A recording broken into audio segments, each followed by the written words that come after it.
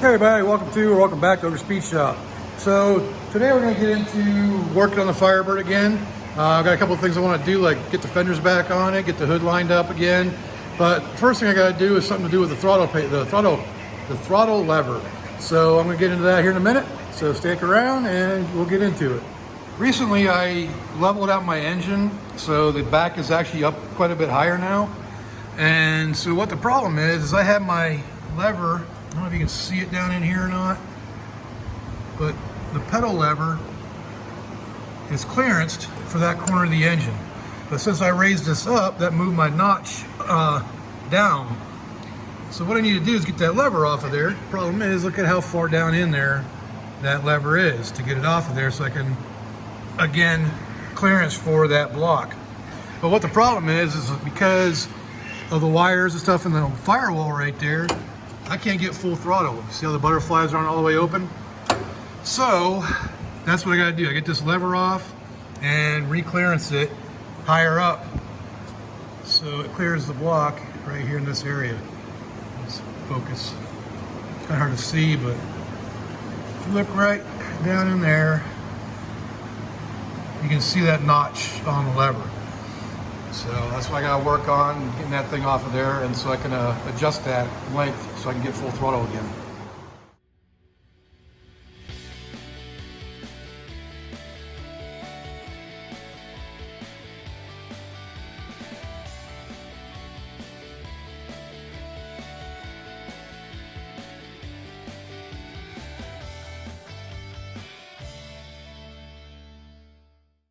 All right, so this is what I was trying to get out. God. It's not easy because it hits the block, it hits the, down inside there, it hits the bell housing, and in the pedal, it doesn't, oh man, that thing is not easy to get out of there. So it's going to be even more of a pain in the butt to get it back in. So what I need to do is take this notch and move it up about an inch. And that'll give me the clearance back I need for full throttle. All right, so I took a little break after getting this thing pulled out because I was kind of winded. It took a little bit. So I'm gonna go ahead and get this ground down. I might add a piece of metal to it just to reinforce it, but it's pretty sturdy. I don't think grinding this down a little bit is gonna mess it up or make it weak, but I'll decide when I get it down ground down further. So let's get to it.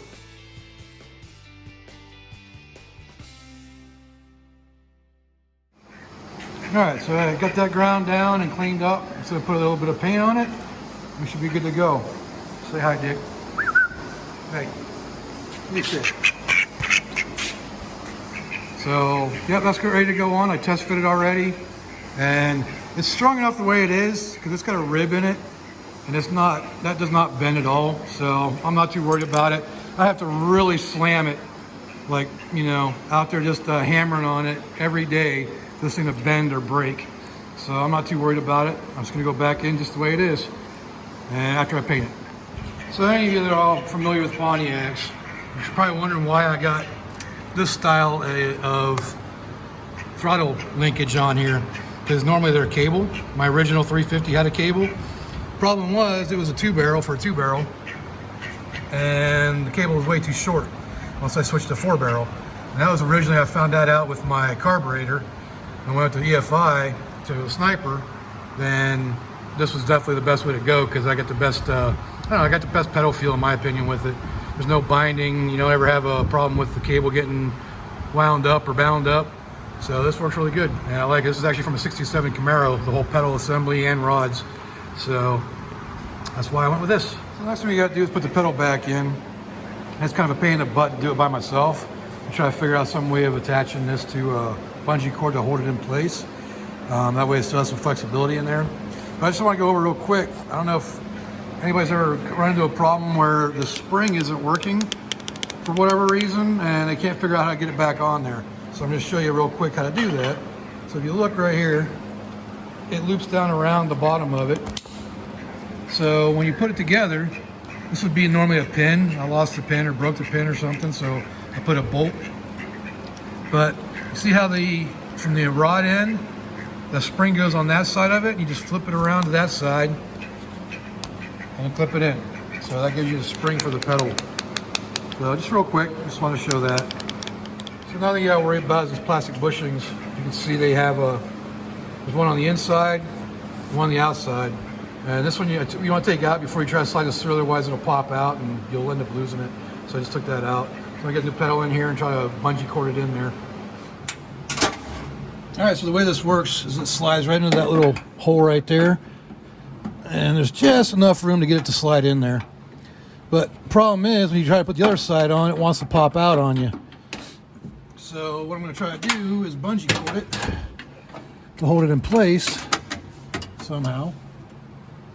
It won't get caught on something. What the heck is it caught on? I got a bad shoulder right now. Yeah, I need it to be more straight across. And I think I lost the view. So I'm going to attach on the other side. That should be good enough to hold it in place.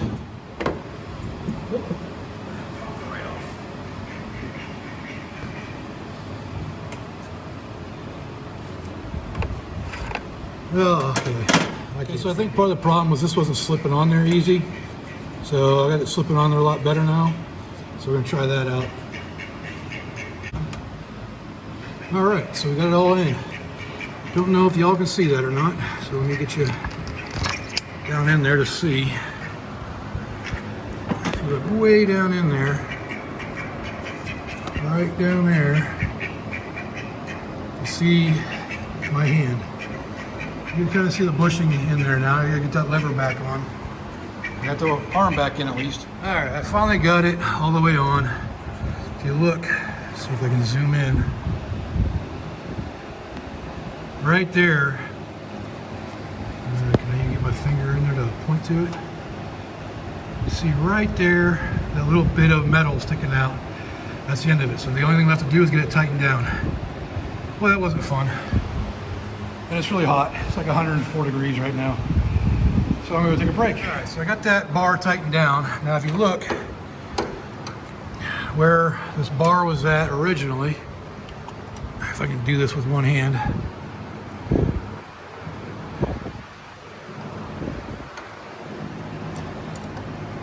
You can see down in there how much more room I have now. Nope, can't. Down in there. So now I got to screw this back in a little bit further. And it's not focusing at all, is it? But you see the distance now where the hole's at. So I got to screw that back in until it lines up to where it's hitting there. And we should be good. All right, so she's all hooked back up now. I got plenty of travel now. Opens all the way up. See, it's hitting the stop right there. And I'll probably move these wires around a little bit to give a little bit more room. But throttle's hooked back up. All right, well that completes this video on fixing the throttle lever on the Firebird.